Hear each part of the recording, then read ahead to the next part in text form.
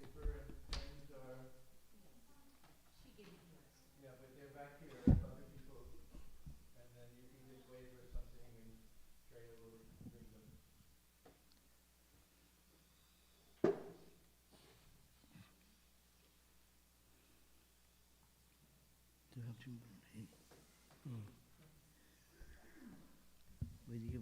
No, it was right before.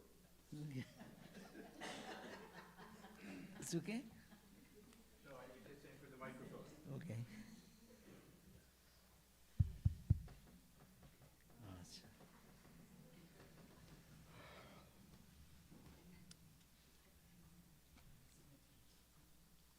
Now you can speak for the Ulysses Karma. Mine is Karma Yoga. Okay.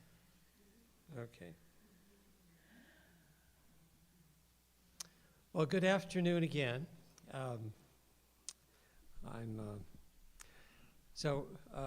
My assignment is to speak 10 minutes on Karma Yoga. And when we're first getting interested in all this Vedanta and yoga stuff, he says, oh, that's the easy yoga. That's unselfish work. Well, maybe. So I want to look at Karma Yoga a little differently as the yoga of necessity for a couple of reasons. First, because karma is not optional. It says in the Gita, no one can ever remain, even for a moment, without doing work, for all are made to work under the compulsion of the gunas, born of nature, born of prakriti. And also, in the Gita, through inaction, even the maintenance of your body will not be possible. So we're working, but mostly we're working like the eggplant in Sri Ramakrishna's boiling pot. It says, oh, I'm jumping around. It's the fire that's boiling the water that's making the eggplant move. I'm bobbing up and down, but it's the heat applied to the water that's making the eggplant move up and down. So, the heat is the web of interconnectedness in our own action and the life force moving within us. And generally, there's not a lot of conscious choice or freedom in that bobbing around in the pot of the world like an eggplant.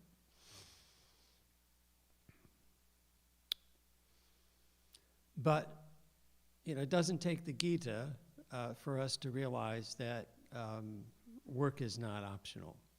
It's part of life. And we can choose how we want to work, and that's really what Karma Yoga is. And the other reason for calling it the yoga of necessity is an instruction that I got from my spiritual teacher, Swami Swahananda, towards the end of his life. I was living at the center, and he was kind of withdrawing from the work out of necessity because of his age and physical limitations. So he quit going down to the first floor, lived on the second floor, and then he was confined to his quarters, and then he was confined to his room, and then he passed away. But I had a job outside, and I'd go up to his room on Saturdays and ask, well, what should I do today? And in the beginning, it was no problem. He knew what was going on. But as things progressed, he was less familiar with the particulars of the ashram because he couldn't go around and look at it. And I looked forward to this because it was mundane, but it was a personal interaction, and I always felt uplifted. And just being near them in that way and having his attention focused on me. So it got to the point where we'd have these little back and forths about what needs to be done and what things were like, and I was having to tell him what was going on. And he stopped, and he looked out for a bit, and then he just looked back at me and he said, do what is necessary. And I thought, oh my, that's it. I won't be able to come up here and ask what to do anymore. What did I do to myself? But I found it it's just 4 words. I found it a very useful directive for my life, and for Karma Yoga in particular. Do what is necessary is a formula for working in a way that leads to freedom.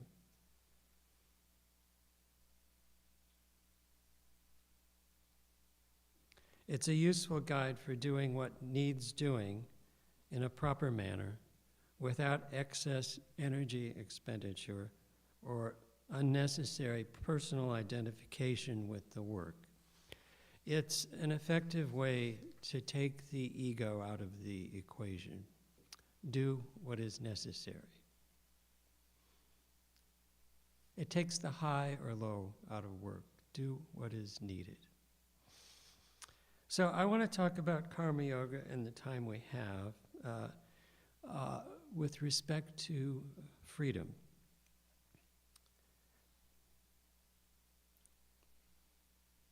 When I was a kid, a long time ago, it wasn't uncommon for, in certain situations, for American children to say, "It's a free country, I'll do what I want." Probably it still happens. This is freedom, one type of freedom in an American context. The country was founded on freedom. Freedom to practice one's religion as one chooses, to live as one chooses, to associate with whomever one wishes. Ultimately, the governing institutions were set up to guarantee and protect that type of freedom for all citizens. There is an idealism and an independence in the child's statement. It's a free country. I'll do what I want.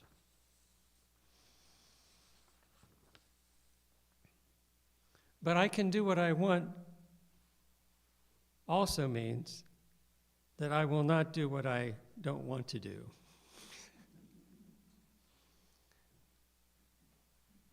I can do what I want is the individuating principle in the ego when it wakes up at 2 or 2.5.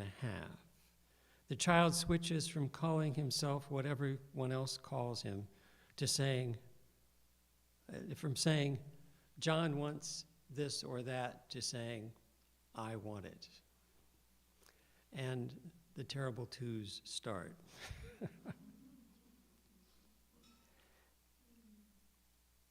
This is the individuating principle.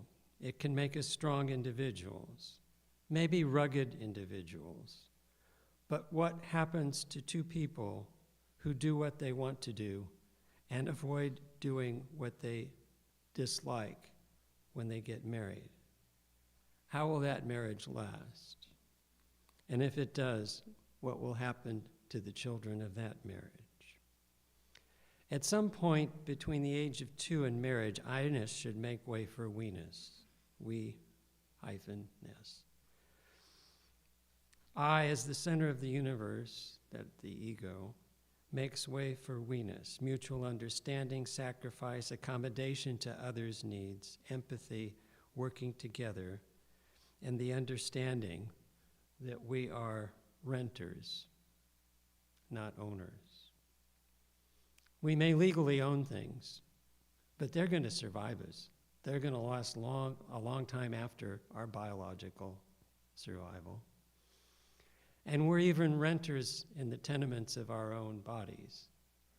We're just temporary residents.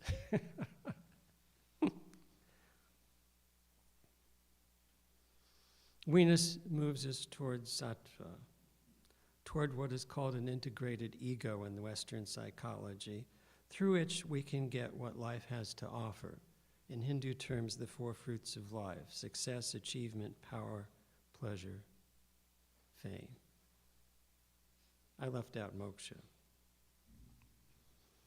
A volcanic island breaks out of the water and rises barely out of the ocean. It looks fairly insignificant, but under that tiny spit of land, is an 18,000-foot mountain. And that mountain is contiguous with the earth itself. The 2-year-old's ego is supported by vastness hidden beneath the surface. Let's see what Swamiji says about individuality.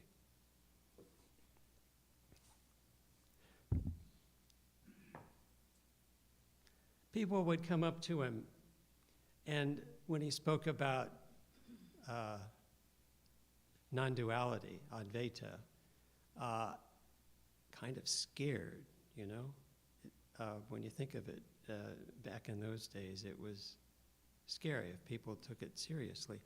Well, Swami, what happens to my individuality?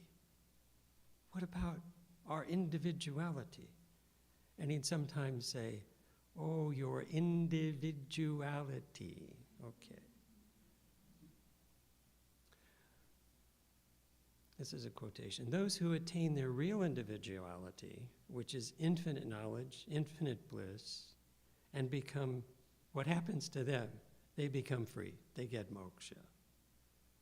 Pleasures in little things cease, finite changing things.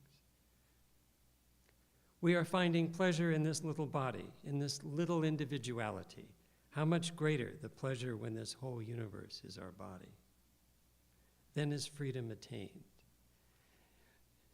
In another place, he says, oh, your individuality will be attained when you're indivisible. On the one hand, we're struggling hard to keep up this individuality, and on the other hand, trying to kill it. What's the result? Tom Brown may struggle hard. He's fighting for his individuality. Tom dies, and there's not a ripple anywhere upon the surface of the earth. There was a Jew born 1900 years ago, and he never moved a finger to keep his individuality. Think of that. That Christ never struggled to protect his individuality. That is why he became the greatest in the world. In time, we are to be individuals, but in what sense? What is the individuality of a human being? Not in Tom Brown, but in God, in man. That is our true individuality. So it's possible to follow the ego back to its source. Following the ego back to its source, we find out what supports the ego. What supports the ego is Atman, and Atman is Brahman. This is the great discovery of the Hindu ethos. The finite self that appears provisionally as ego is actually the infinite reality. So on one hand, we've got the freedom to do what I want. That freedom is actually slavery, masquerading as freedom. It is the slavery to our likes and dislikes, to the subconscious, to our old habits. Vivekananda's freedom is moksha. It's freedom from our likes and dislikes. We rise above them by doing what is necessary, by performing karma yoga, unselfish action.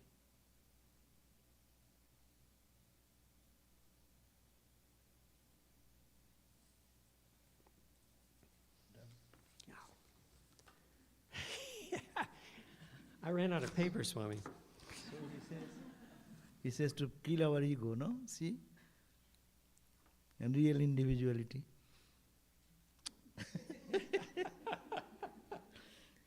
Okay, now my turn. I will have to talk on Raja Yoga. Raja Yoga, you all know Raja, king. Yoga is a union. Yoga union with our real nature. So Swami Vivekananda was very fond of this Raja Yoga.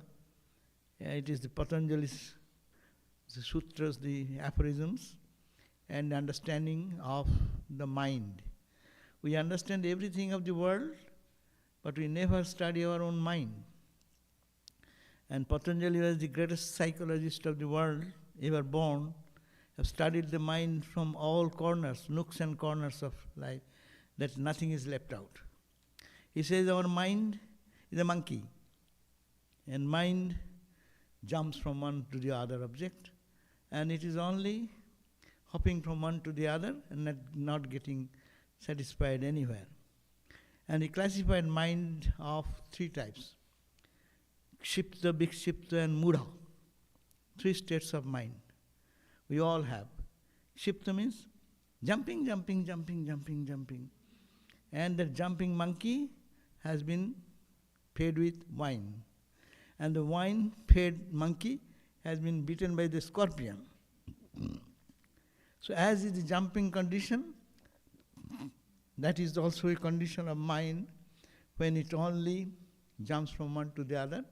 No rest, it's impossible. Yoga is impossible for that mind.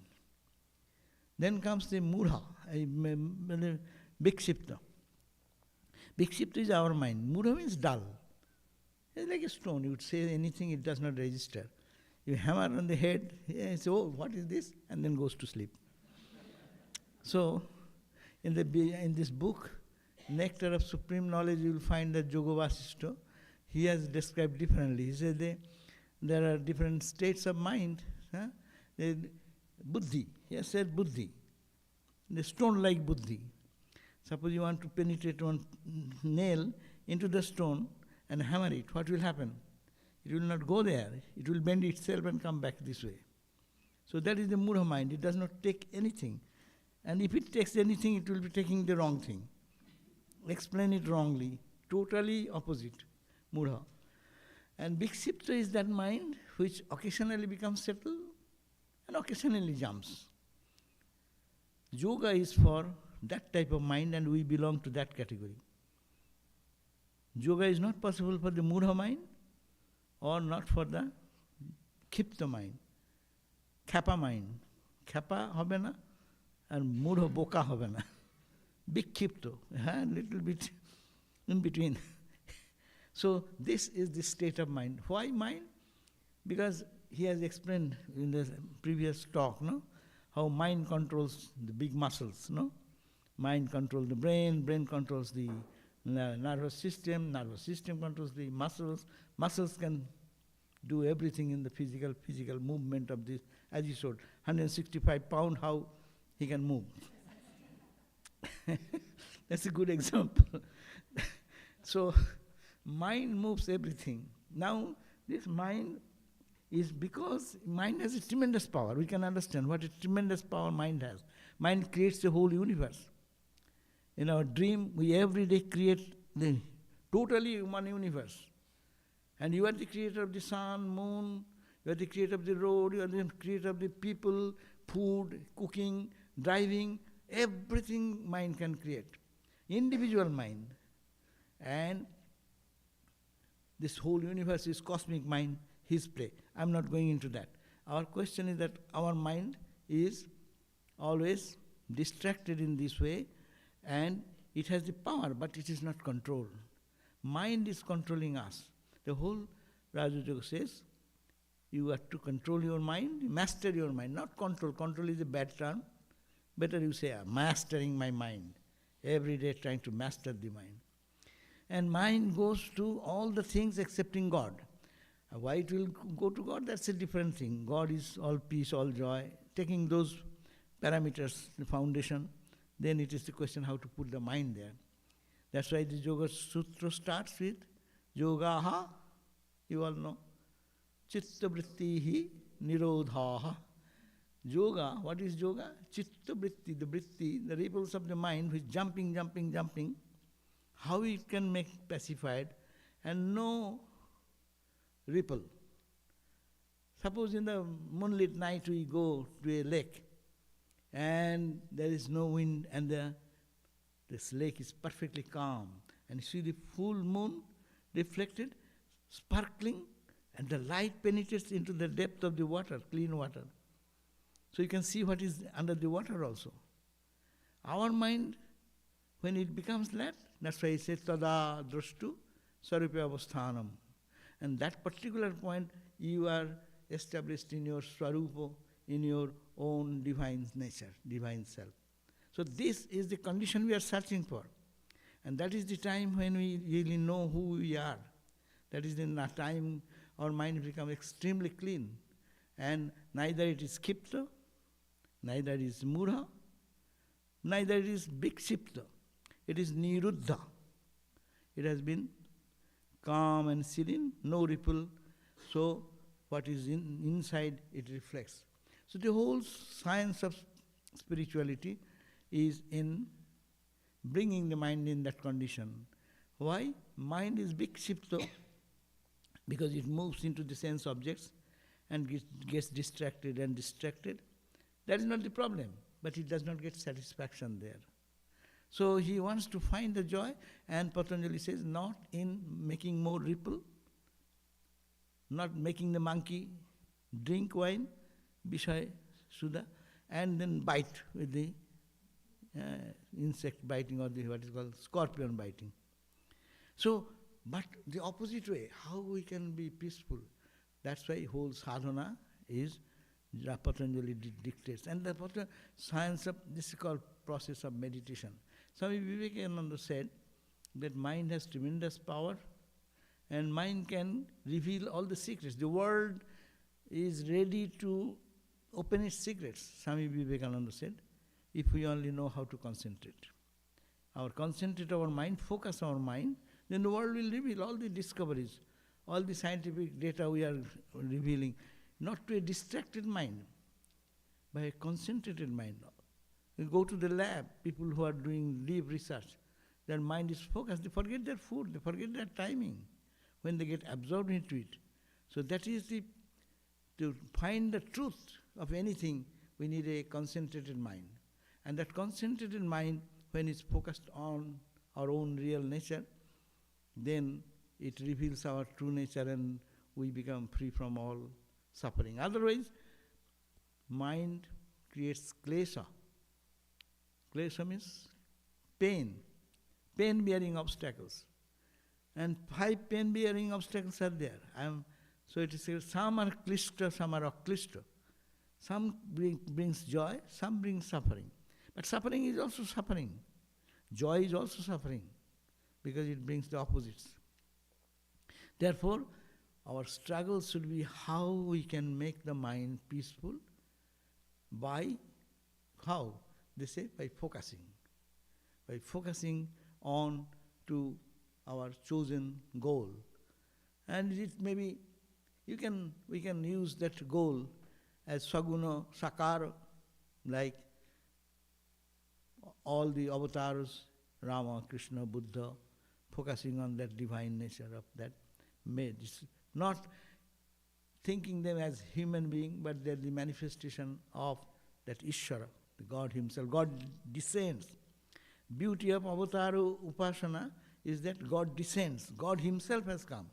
So when you focus on him, it is not a human being, but it is made of consciousness and bliss. When one focuses there, that mind merges into that, it becomes pure and concentrated, and love comes, joy comes, bliss comes, and our ultimate absorption into it brings the samadhi. So this process should be to concentrate the mind in some object. That object may be avatar, object may be gods and goddesses, object may be nirakara and saguna, object may be nirguna, nirakara.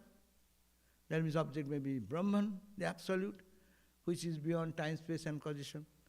But who can think of Brahman? We talk about meditation on Brahman. We are unfit to meditate on this Brahman.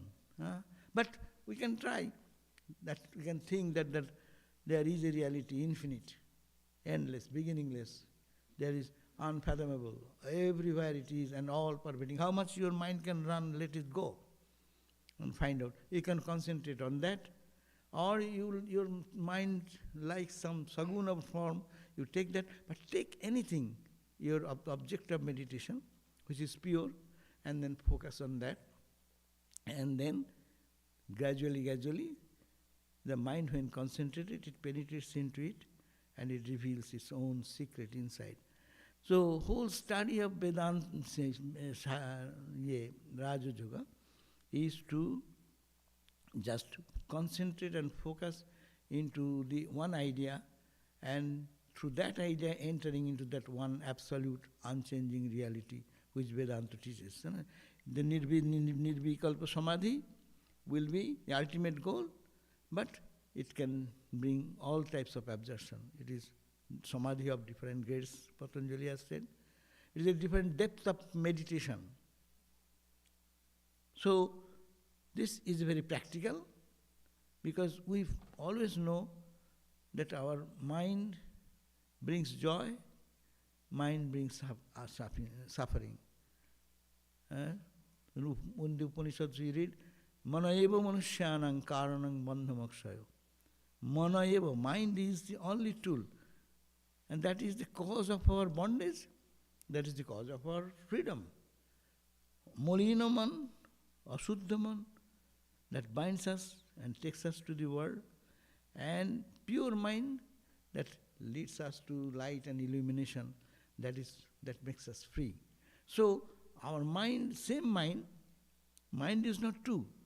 But mind, when engaged in mundane things and little things, and only engaged in this running about this objective universe, it does not find any joy. But when it turns its direction into the self within, searching here, and then deeper and deeper and deeper, when it forgets the time, forgets space, forgets any world of causality, then what happens? It gets in its own state. Tada, then drashtuhu, the witness, and its sarupa, in its own essential nature, sarupa avasthanam, then we can establish ourselves in our own real divine nature. When we can stop the rambling of the mind, and it will be, and what is that? How will we get? By dhyanam. We always talk about dhyanam. What is dhyanam?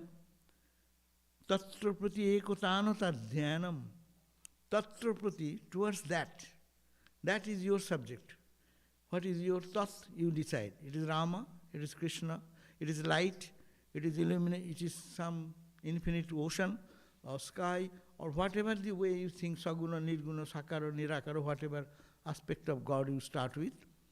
Tatra prati, towards that, Tatra prati, the dhyana is the unbroken flow of thought.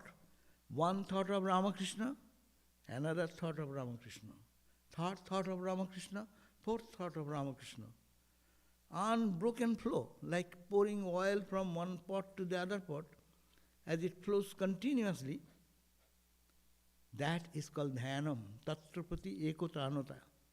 One-pointedness, tuned into one consciousness. Mind does not think of anything but only one and one and one. The first thought, second thought, third thought, and continues. That is called dhyana. We don't have the taste, very rarely we get the taste of this dhyanam. We all struggle to go only. Meditate means we close our eyes and roam around into all the world. That is our meditation. Because mind is getting ripple. One ripple comes from office, another ripple comes from my friend, another ripple comes from my work to be done, another ripple comes from some conversation with someone. So mind ripple. And in between, by chance, if you can, 1 second mind comes to God, and then next second it runs away. So whole struggle is to teach the mind to come down and bring it back. That's why you call pratyahara. Dharana, hold it. Hold for longer time, then it's dhyana. Hold longer meditation, dhyanam, deep, that will be samadhi. Swami Vivekananda was dhyana siddha.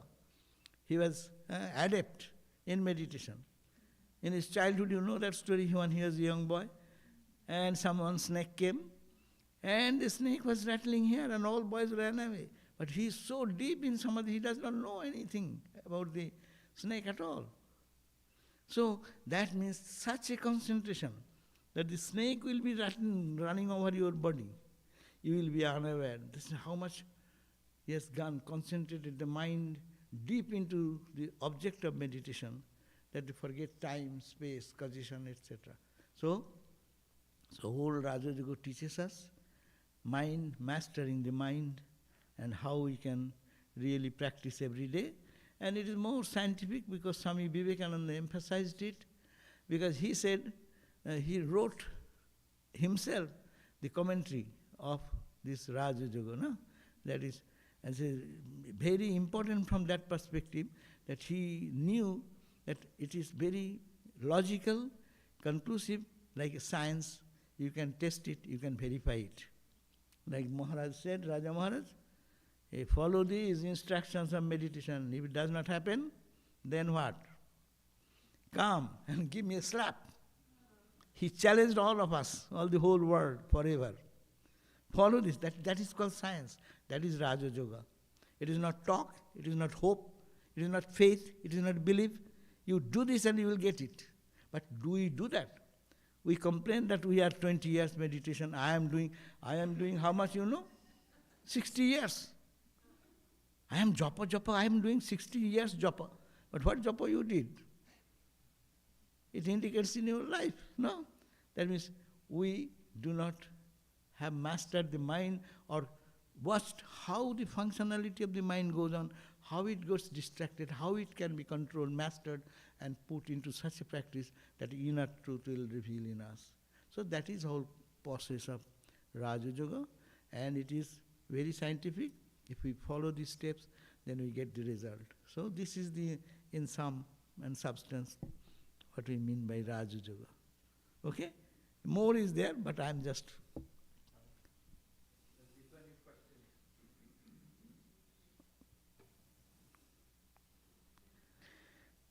We can skip our part. The two of you can take it to the end. You mind? We have done, no? Yeah, take your time. No, we can go to the question. They hear us all the time. They're tired of it. So now see. Okay, let me see. I will send it. Uma, you read. Read out aloud. Read aloud. Karma yoga question. Can you Right. please explain the eggplant and fire example a bit more? It is easy to see God behind all our good actions and inspirations, but when we make errors or act in a wicked way, then whose will are we moving by? If Arjuna was great because of Lord Krishna, then was Duryodhana evil due to God's will? That's several questions, actually. I remember. Yeah. Okay. Yeah. When we make errors and act in a wicked way. Well,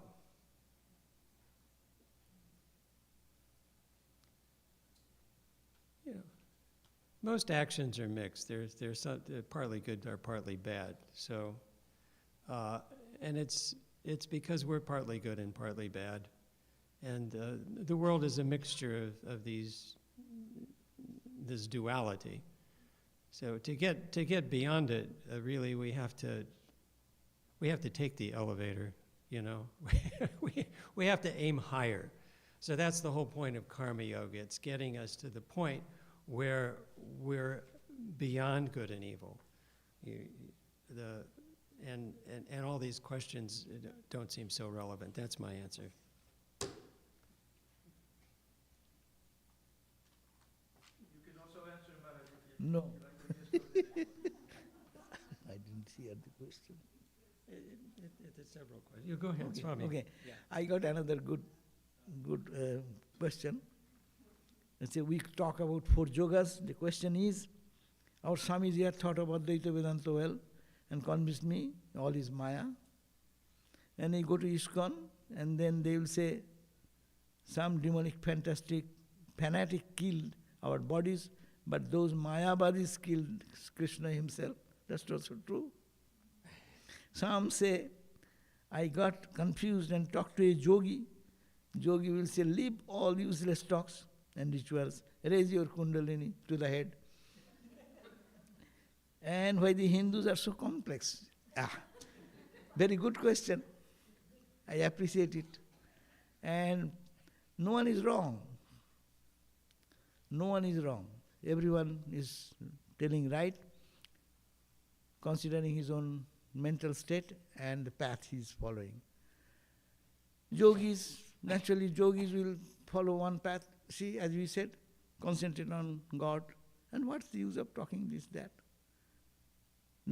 If you are focused, practicing yogi, you are a jnana yogi, you will say, yes, analyze. It is not uncommon to think that this everything is changing, God is the only reality and that is the divine. Yes, they are all maya, maya, maya. But understanding is something wrong. What is maya? Maya does not mean it's a hallucination. Maya is something misrepresentation, reading the truth wrongly through our mind. Anyhow, these are different approaches of the same reality. But these are paths. One is yoga path, another is jnana path. But there is no confusion in it. There's no time to deal on this very important subject. But to quickly finish, the answer is this. We should not, without understanding the paths, we should not look superficially. Suppose you are moving in the eastern trail to reach the top of the mountain, you will have one type of experience, one type of journey. One is on the western trail, another is the northern trail, another is the southern trail. Each path will appear little different. But we are all approaching towards the God. And when you reach the top, all yogas mix and finds the same reality. So this is the confusion comes because wrong understanding about Bhakti Yoga, Jnana Yoga, Raja Yoga or whatever. Sri Krishna's devotees will be singing and dancing in the name of God. Then why you are spoiling your time in unnecessarily discussing Brahma, Maya, Atma, this, that? Why spending? Love God and sing in God. I went to one Hare Krishna temple and there is a small sermon. Then they said that, God is all love. Why to talk about anything? Let us enjoy the God's love. And then Hare Krishna, and they started dancing. There's nothing wrong. Their spirit is to be taken. They don't want to spend their time in analytical path or anything. Just sing the name of God, get absorbed in it. Mentally he is fit for that type of life. Some intellectual people will, no, this does not fit me. So he will go to the path of Jnana Yoga. And he is also getting absorbed in God. He is also by a negation, the apparent world, going to reach the same Lord. No. So these are different expressions in different religious tradition. Followed by that, people may misunderstand, but no yoga is independent. I have no time to say that. No yoga is independent. This Swamiji is talking about karma yoga, I am talking about Raja yoga. Why shall I practice Raja yoga? Why shall I control my mind if I don't want God? And I don't believe there is God? Why shall I not live a normal life? Why to concentrate and focus and all these practices of Raja yoga shall I follow?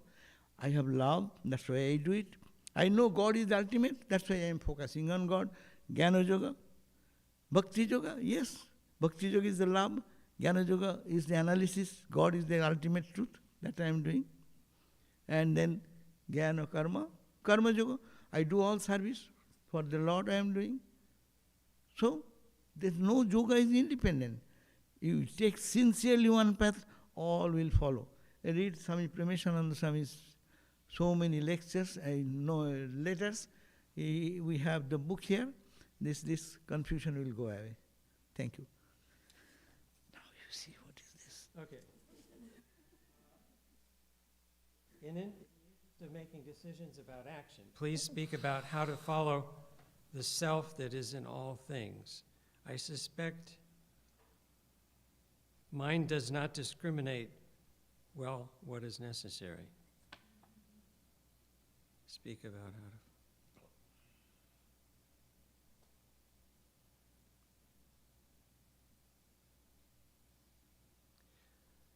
Well, that's a good question.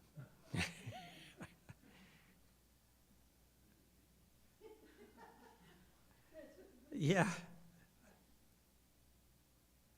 I suspect the mind doesn't discriminate well we'll take that part of the question. I suspect the mind doesn't discriminate well what is necessary.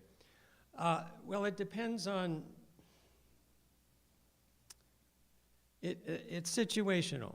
It's like, how should I clean up the leaves on the front yard, okay? I think most of us could discriminate pretty well on what is necessary. You get the rake out of the garage and you rake the leaves. Or you can do it with a blower or whatever. So for simple things, it's pretty straightforward what is necessary. It doesn't require a lot of intellectual firepower. For more complicated things, it's not so simple, but you work your way up.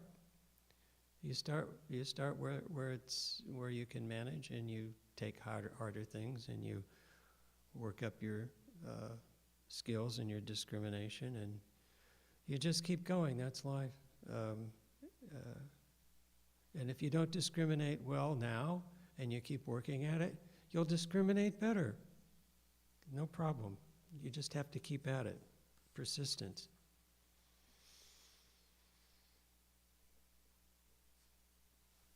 So another question has come, interesting.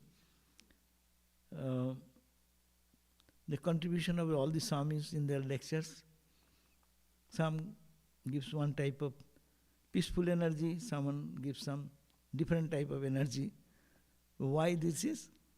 Because yes, if we are all loving God, we are all Swamis thinking of God, but we have our own particular personal emotions maybe there, and that gets manifested in our talks and lectures and our personalities.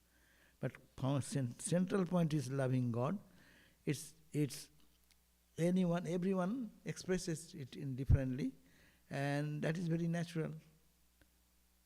It's his own way of thinking. Who is more involved in one type of practice, devotion may come out. But normally our Swamis are always harmonious. One day he will say, ask him to talk about Jnana, he will fight for Jnana. Next day you give him the talking about Raja Yoga and fight for Raja Yoga's points, Karma Yoga. And ultimately in Vedantic understanding, they always harmonize this. So I think that central energy is the same, but expressional ideas will be different. Okay. Now see what is the big question. Okay, I don't have a question. Thank you. Yeah. But this is how my mind interpreted the talks today. What is the heart? But the seat of the soul, the engine inside, that which makes us whole. Soul meets with spirit in every breath taken, dependent on one another, as life we partake in. The rushing of blood, waves high and low, mirrors the sea, in sound and flow, an ocean of feeling that fits in one's palm.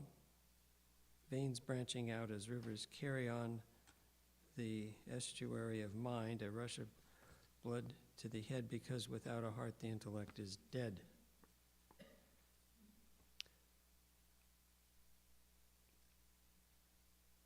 Wow.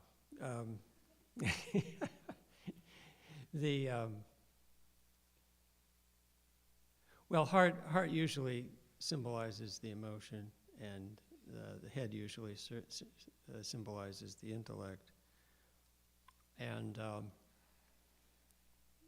we need both. I'm not. Yes, head and heart should combine. Without head, only heart, the car is going without any steering, control over the steering.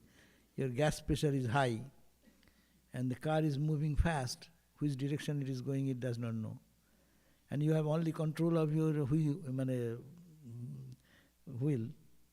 but there is no gas in it, and car does not move.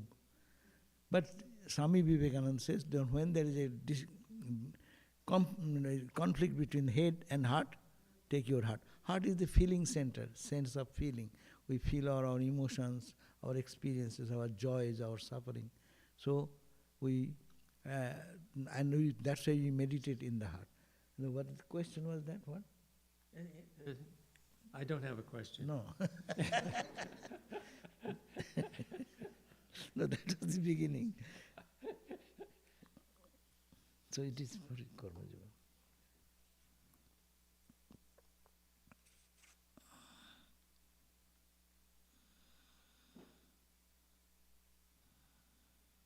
Okay.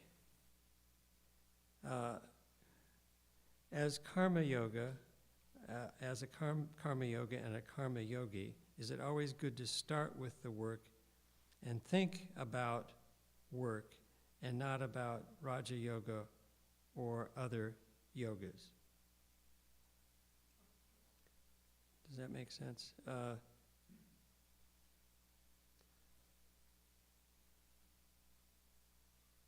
Well, as a practical matter, you can't rule out the other yogas. I mean, if you are practicing karma yoga as part of your spiritual discipline, and you're offering the fruit of the action to your ishta, you're going to think of your ishta. You're going to offer the work to that form of divinity which draws you and inspires you.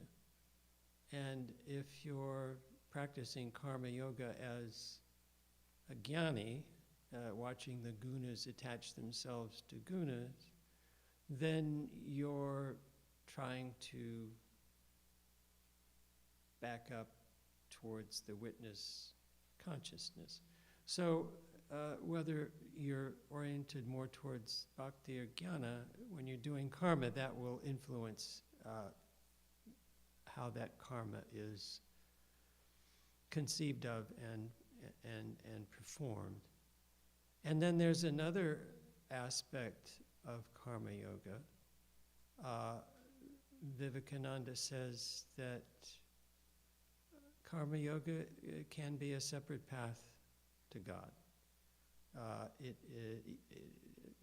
The path of work, the path of jnana, the path of bhakti, it's a little different, it seems to me, than what Shankara is saying. He says that you practice karma yoga for the purification of the heart, and then once this love of God awakens, then you're a bhakti yoga. And if you're oriented the other way, then once the mind is purified, then you follow the path of knowledge, and then you're no longer a karma yogi, you're a jnani or a bhakta. But Swamiji is saying that it's possible if you understand and are disillusioned with the dualities associated with ego identification, the dualities of good and evil, whose nexus is the ego, and you want to get rid, you want to become detached from that ego, you can practice karma yoga without any theistic conception, just unselfish work. He says this is somewhat the way Buddhists do karma yoga, but also people that have no theistic conception of God. He says, if you get to the point where you're able to give up everything to help others, then you reach that same, through karma, then you reach the same goal as the jnani or the bhakta. It's absolutely okay.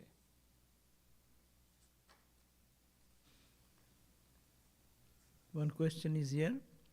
He's saying that very important question, that one is drawn to a form of God beyond my Guru and my Thakur or Lord, say Shiva or Bhairava.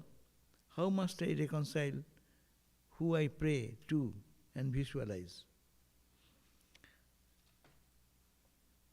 Here, the fundamental question is that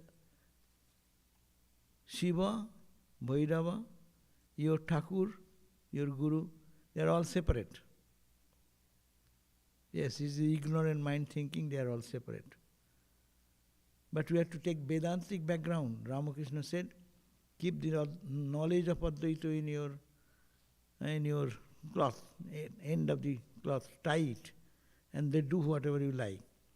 If we cannot reconcile that Vedantic background, then we are in confusion. That's why the cult comes, sectarianism comes, bigotry comes, people kill each other, people fight with each other. But Vedanta is unique in this way. You are worshipping one God only, absolute. And that you many facets of the same reality. The same reality appearing so many ways in divine forms to attract our attention. Someone may be like Mother Durga, someone may like Shiva, someone may like Ramakrishna, someone may like Buddha. No problem. What are they? They are nothing but the expression of the Absolute.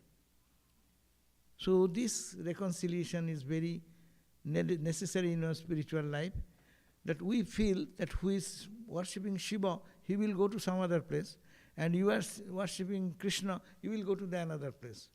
That is the sectarian, that idea. Yes, we should follow our own principle. That's called Ishta-nishtha. Two things are there. One is Ishta-nishtha, clinging to my chosen ideal Guru has given me, or I have chosen. For me, that is, what is that story? Tathapi mama sarvasya Rama kamalalocanam.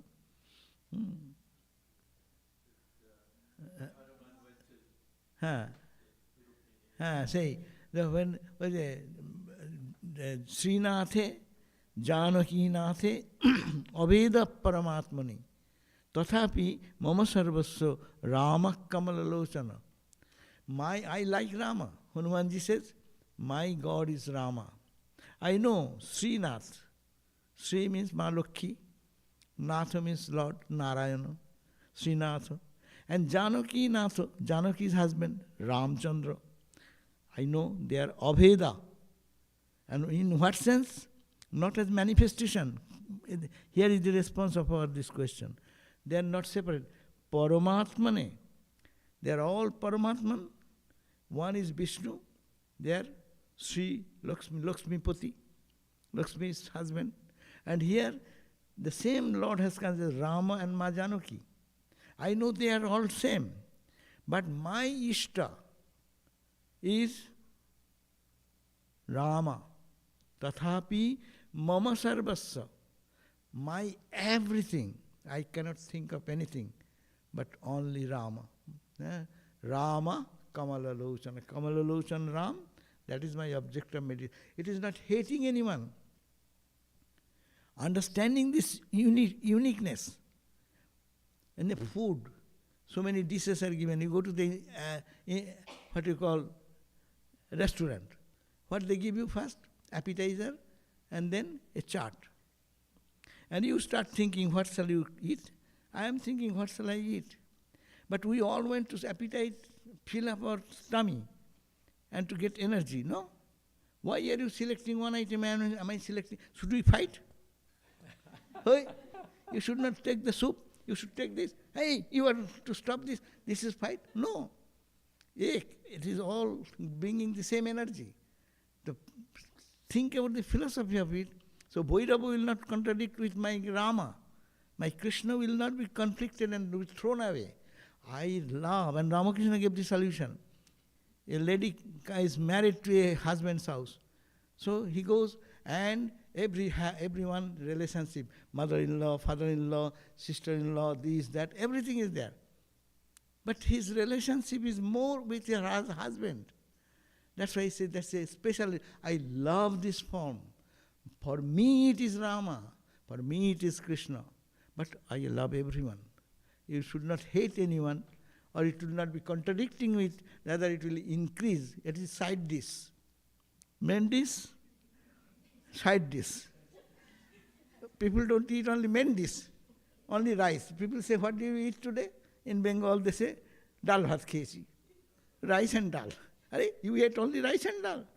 And so many other things, but a side dish. So enjoy a side dish.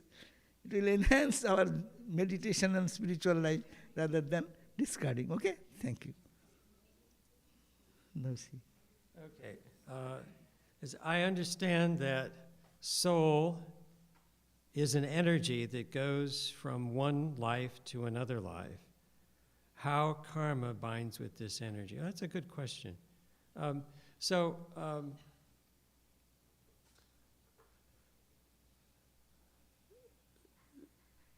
Well, soul, I think here means the subtle body, the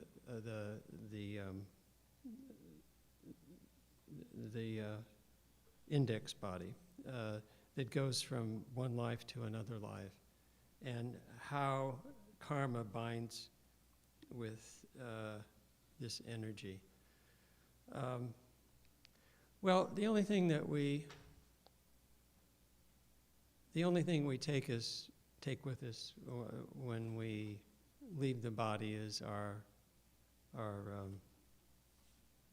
dharma, the impressions, the samskaras that have built up in the mind over this life and other lives, and how karma binds with this energy. I don't know the mechanics of it. It's too subtle for our current scientific instruments, but the evidence is pretty overwhelming that there is such a thing as a soul. So exactly how the karma inheres with the subtle body, the mechanics of it, I don't know, but it does.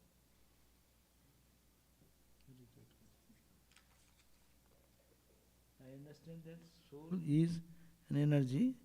We have three bodies we have to understand. This is a physical body, one is the dream body, another is the sleep body. It's called Sthula, Sukshma, Karana. So Sthula body, now it is doing work, and it's all impression after is one impact is immediate. I am angry. It has an impact immediate, but it does not die away. It goes to the substratum of the lake, mind lake. So all these actions and thoughts we are thinking, every thought is an action. Everything is getting settled in my subconscious. And out of the subconscious we dream, we have a dream body where we see 17 elements. What are the 17 elements? We all know. 5 sense organs. In the dream, you have your eyes, ears, 5 hands and feet, you have 5, 5, 10. You have 5 elements are there, subtle. What are the subtle elements? You drink air in the dream body. You drink water, air, earth, water, 5 elements. Subtle, they are not the gross, subtle. And mind, you have your mind, your ego. These 4 things they call 2. This is the subtle body. In the subtle body, so what is subtle body? The impression of my mind, subconscious, pops up. And then you go to sleep body. And when this gross body goes, naturally you remain where?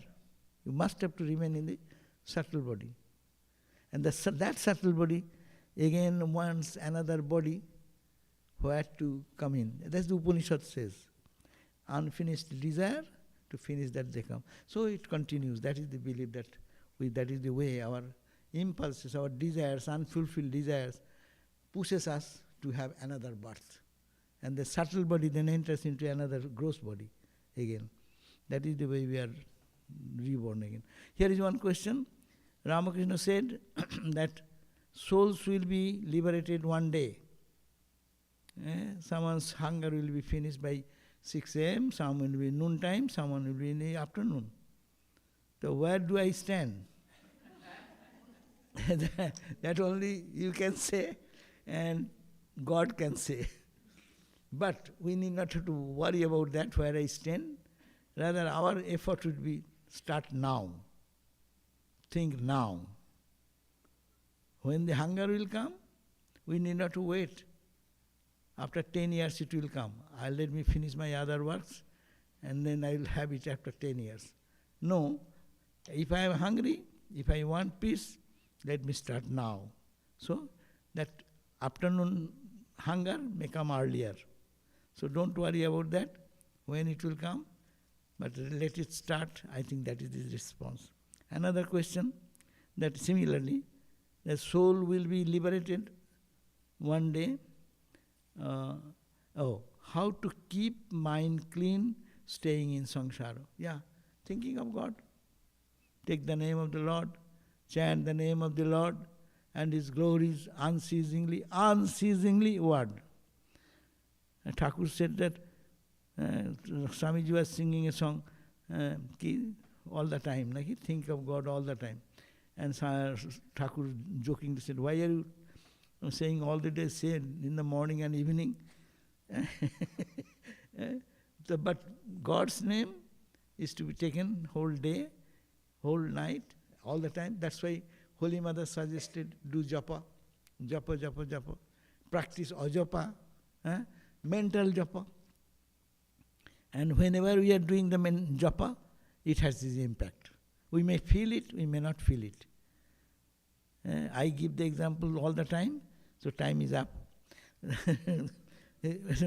To make it a magnet, you take a piece of iron, and how can we make it magnet, piece of iron? You send electricity by wire, rotating wire, high voltage electricity, then it will generate instantly magnetism on both ends, no? Strong magnet. Is it not science? So you go to a holy man, Brahmagyani, and touch or stay with them, your high voltage line, mind gets up, and we find great joy. I used to feel with some swamis like that. They are such elevated souls. Being with them and staying with them, I was very happy, very happy. Then when I started to meditate, to get that joy, I don't get it. Because when electricity is off, what will happen? The magnet loses its capacity and it becomes an iron piece again. Now, I want to make it a magnet myself. What to do? Chant the name of the Lord unceasingly. Take a magnet. Mantra is the magnet, permanent magnet. Hold it, pull it like that in the mind, mantra. A few of the molecules disoriented, it will be straightened. One stroke, second stroke, third stroke, fourth stroke. Continuously do it, what will happen? A moment will come, all the polarity will be having the polarity, all the internal, angkat bankat of the mind. Ramakrishna said, no? Mind's angkat bankat. This type twisting, turning of the mind, all will get straightened by japa, japa, japa, japa. So Holy Mother's suggestion, we can take that, and one day if we continuously do that, it will be a permanent magnet. Then it can hold other iron particles and generate polarity in that. We do that when we are in school, boys we used to do hang some needle under a magnet, and it is hanging, you know. So this magnet induced magnetism holding another magnet, no, making it magnet temporarily. So this is the process, I think we can try, no? Now it is yours. How do we resolve any conflict between self-effort and surrender?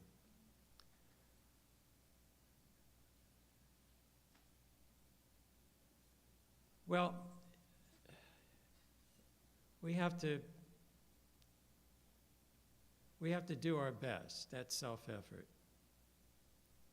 We have to try to manifest whatever capacity we have in terms of our effort.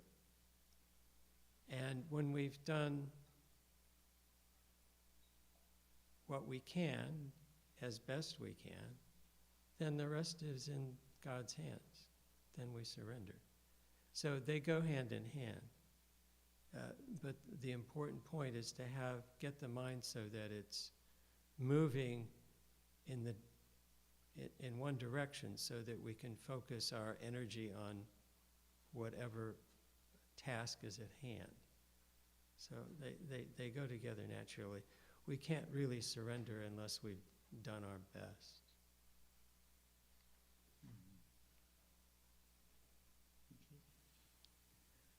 What is the question? Let us see that. What is this question?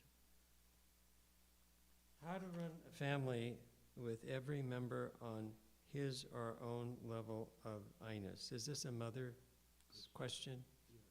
Must be. How do we unite and focus on collective goal of we-ness? In reality, it doesn't seem to be an easy task. How long to fight or give up? Well, it's a hard task. It's a hard task, I've noticed, with kids. When both parents, say, are united and they have traditional religious values, and they're trying to bring their children up with those traditional religious values. But there's so much in the surrounding culture that is trying to make the kids into consumers of all kinds of stuff. I mean, the kids' TV programs are set up to sell stuff to the children, and then there's peer pressure. And so, I mean, I understand the problem here, and I'm thinking of the cases where it seems to the family seems to move together in one direction. And in the cases I'm thinking of, it requires tremendous discipline and sacrifice from the parents when the children are young. And being there, one or the other parent or someone in the extended family should be there for the children when they're needed. You know, when I remember, of course, this was quite some time ago, and the society was a bit different. I visited my aunt and uncle and their family in Chicago when I was in college.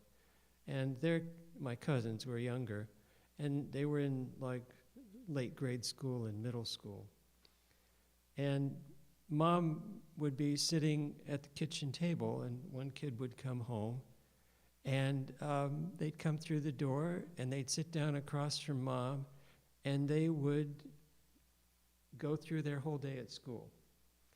And it was like they're being debriefed from the moonwalk. That's you know, when you go on a mission and you're an astronaut, you're in the military, you get debriefed. There's someone that debriefs you. So this was a debriefing. They'd come in, they'd sit down, they'd go through their day from beginning to end, and Mom would just sit there like a psychologist. Well, what did you say, and how did you think about that? And no emotion, just she's there to help them process their day. So nothing builds up, and they've got this tremendous understanding and communication from this daily contact. So if their peers are pulling them in this direction or that direction, Mom knows it right away, and she can very subtly intervene. I saw it there. It was so simple and so effective. And those kids all had their parents' values and this kind of respect and love. And my aunt died first. My uncle just died last year. But as he got older and more infirm, you know, one child is in San Francisco, one's in New York City, other one's in London. They'd figure a time every day when they could talk to Dad. So they didn't lose contact. And it's tough, but it's possible. Don't give up. I think this is a very good question for Indian parents, for the children reared up. We are born in India. We have been trained differently. But here, as Swami says, is a good way to listen to their children and be a friend and not to guide them, not to dictate, do this, do that, don't that, do that. That is our Indian habit. But in America it does not work. You will have to be a friend and to listen to him very patiently, and then as he said, mom will say, oh yes, is it so? Then what did you do? And then he silently say, I would have done this way, but you did well. Try this.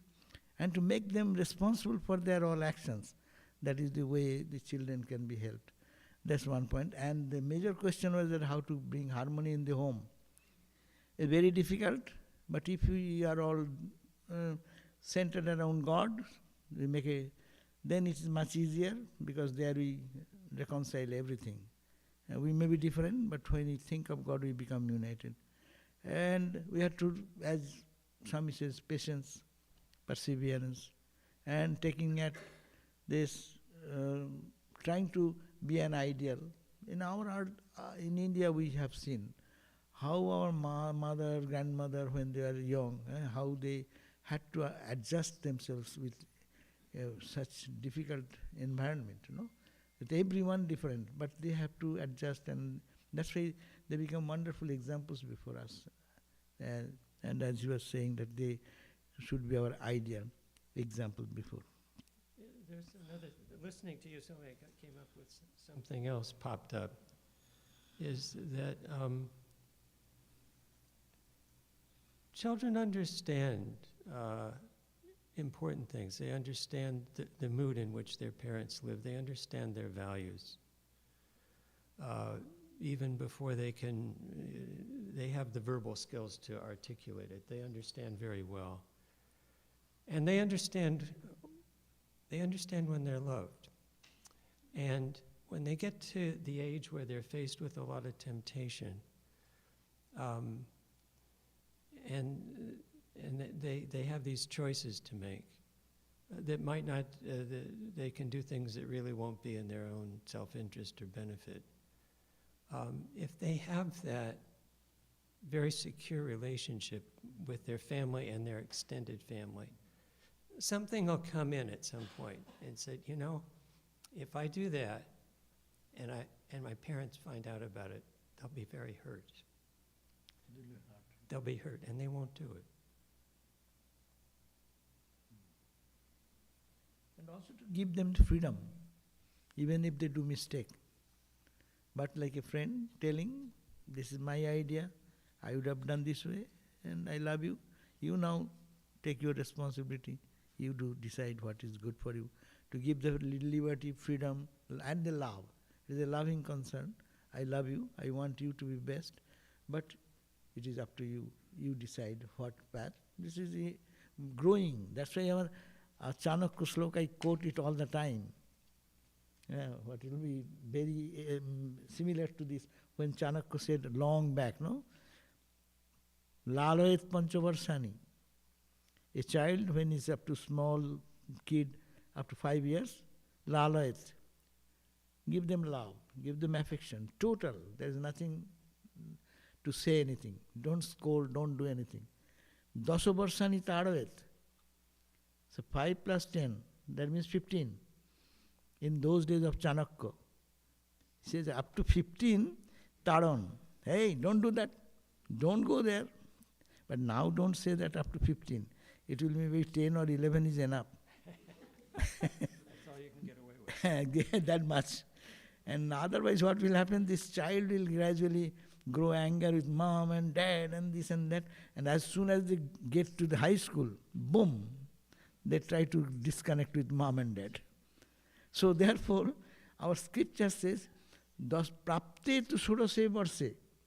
When the child is arriving at the age of 16, now it will be earlier, as I said, it may be 12, 13, whatever. Putra or konna, mitravat acharet. You deal with your son or your daughter like as your friend. Friend does not dictate. Friend is friend, with good friend, only good loving, express their equality. Mom is no more mom. Mom is a friend. Dad is no more a dad. Hey, what did you do? No. Dad is a friend. So, this is a beautiful ideal. And what is saying, that's the same. having trust on them. Okay, we'll have our 6 o'clock coming, another 5 minutes. So one question is, I see the work we do every day, can this be considered as karma yoga besides japa and meditation?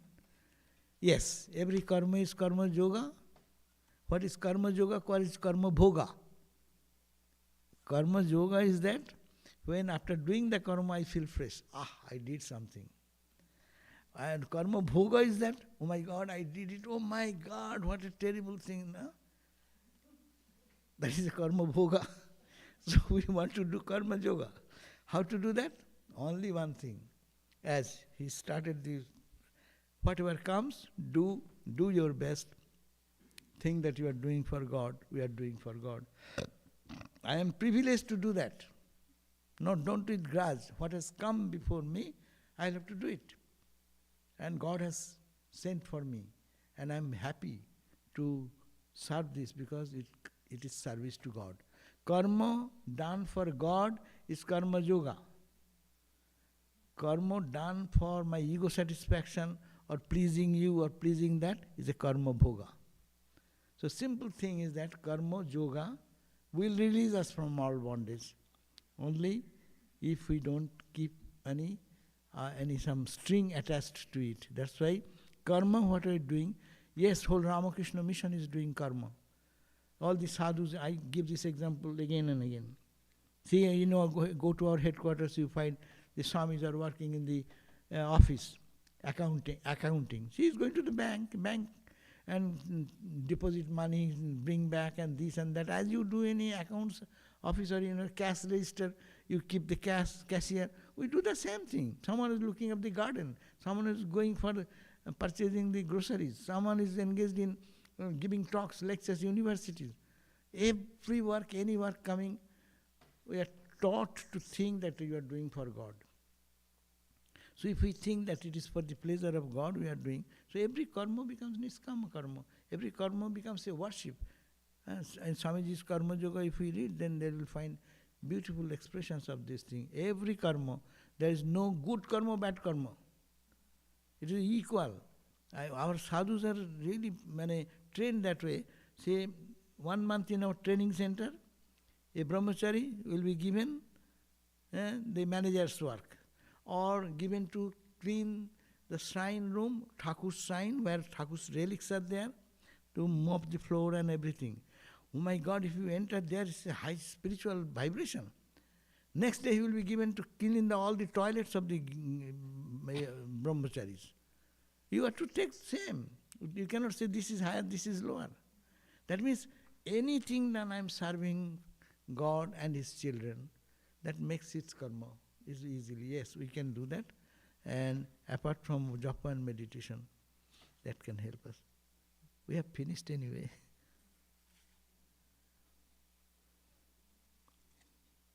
One is left.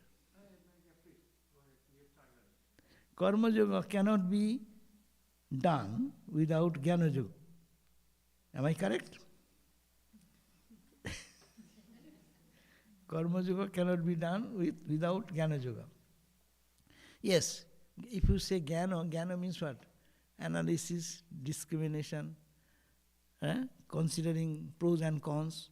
That is called the. If you mean that jnana yoga, that. But jnana yoga is what? Jnana yoga, everything is impermanent and God is the only permanent.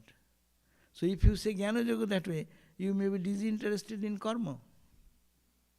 But if you can do with that philosophy as a duty, what has come, I am doing, I have nothing to gain, nothing to lose, then it frees us.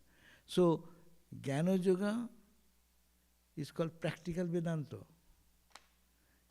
Doing karma with jnana yoga background means it is practical Vedanta. God is everywhere. These apparent forms are unreal. Here is the divine. So whatever I am doing, it is only serving the Lord. Because it is all permeated with consciousness and bliss. No? It is all Satchidananda. Swami Vivekananda said, before looking at this table, you see God first and then you see the table. Before looking at you, I see God first and then you. So in this way, if we think that it is Jnana Yoga, mean that, then every action you are serving directly God, no via media, not through you. Through you question does not come. I am serving God directly. It is all equally more practical than worshipping in the temple. Sometimes we worship in the temple, we see that we are offering flower. What do we think? There is a photograph or a statue, we are offering flowers. But do you think it's a living, palpable presence of Sri Ramakrishna or Mother or something? So that is a developed state. And practical Vedanta is a practice. That is the Karma Yoga. Our Karma Yoga is practical Vedanta. It's called higher than Karma Yoga, but it's practical Vedanta, to work for God with eyes open. Working for God and serving God in every action. So that is the Jnana Yoga. So it need not be separated. It is to see that we are not worshipping any other thing but God. You give a glass of water to anyone, you can realize this feeling that what a fortune. I am giving a glass of water to God Himself standing. Swami Vivekananda said, that God the poor, God the helpless, God the miserable, God this, and all countries and all people of all countries is my object of worship. So if we can do that, then that is Jnana Yoga. Without Jnana, how can one progress Bhakti Yoga? Yes, without Jnana, Bhakti cannot be done. Without Bhakti, Jnana cannot be done. So each one is independent. That's a nice way of understanding that no yoga is independent. If we perfectly do one yoga, other yogas are included into it. Thank you. Swami, I think we're done. Okay, thank you all then. Jai. Om Shanti, Shanti, Shanti. Hari Om Tat Sat.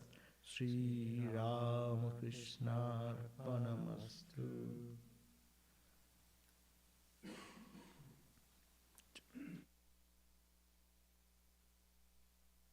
So we're very grateful to Swami Sarvadevanandaji, Swami Nishpapanandaji. We had a wonderful retreat today. Swami Bhaswanandaji will be thrilled. He got out of speaking. I'm also happy. And we hope that you can all stay. We'll have an arati soon, and we have dinner for everyone.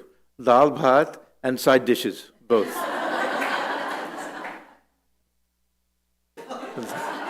Yeah. So please, if you can stay, then we'll be very happy. And then tomorrow, Swami Sarvadevanandaji will speak in the morning, and then we have lunch for everyone, and then we have sitar concert. You'll see it's someone who hasn't performed here before, but we hear that he's quite good. His father was very well known. Somehow this Snehesh Nag, and this Mallar Goswami on tabla, he's played for us before. He's very good.